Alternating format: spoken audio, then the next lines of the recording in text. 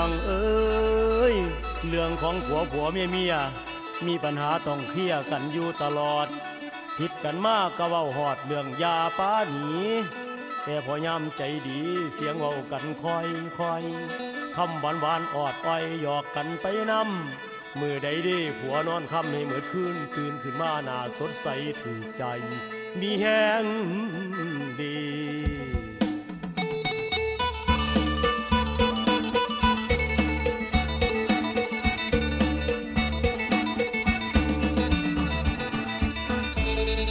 เอา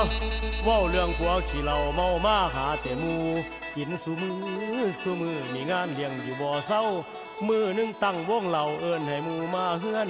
เพื่อนฝูงก็หลายคนดื่มเมาจนมัวเมียอยู่ขั้วทำกับแก้มบ่ทันใจกะดารสชาติมาบ่แดกพร้อมมันเว้าได้จังใด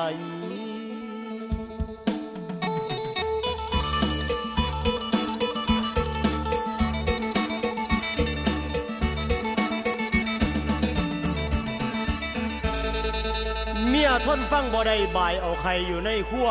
ดึกเข้าขุมตาผัวอยู่กลางวงเหล้าเฮ็ดให้กินและยังเว้าเล่าสูญเต็มทีโทษเด้อทุกคนพวกที่นั่งอยู่นี่ขอเว้าบ่เกี่ยวไผมือนี่อดบ่ได้สิขอด่าผัวเจ้าของมองบ่เห็นความดีผู้เมียพ่อน้อยมีแต่คอยหาเรื่องเมามาเว้าคู่เบิ่งเพิ่นคบหมู่ดูมีแต่บักซัวแท้น้อนี่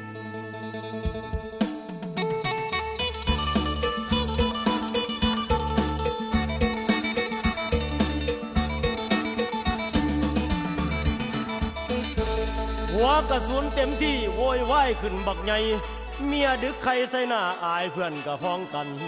วงเราในมือนั้นจนได้แตกกันหนีปล่อยผัวกับเมียด่ากันอยู่ถึงบ้านเหตุการณ์ในตอนนั้นบ่ยอมกันคือว่าถึงขันขอเลิกยาขันบ่ป๋าบ่แล้วแนวนี้บ่ยอมไปมือนี้ข่อยพร้อมบ้านผู้ใหญ่ตกลงกันปัญหาเมียมันจบระหว่างในวันนี้ทำอับอายขายหน้าผัวเจ้าของเอานี้ไม่ให้เกียรติศักดิ์ศรีลูกผู้ชาย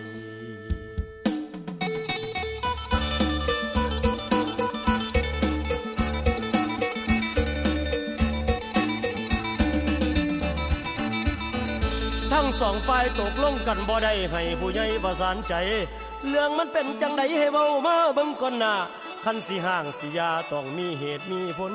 หัวเลยว่าพ่อผู้ใหญ่เอ้ยผมนี่น้ออายคนเมียดึกไข่ใส่หน้าสิขอเลิกขอยามันบ่ดีอีหลีเมียสวนขึ้นทันทีเฮ้ยซ้ำนี้ก็เรื่องมากมันเจ้าเอาไข่ตีดากข่อยสู่ขึ้นลั่วเพราะป่านเสียงปืนข่อยก็ยังบ่ว่า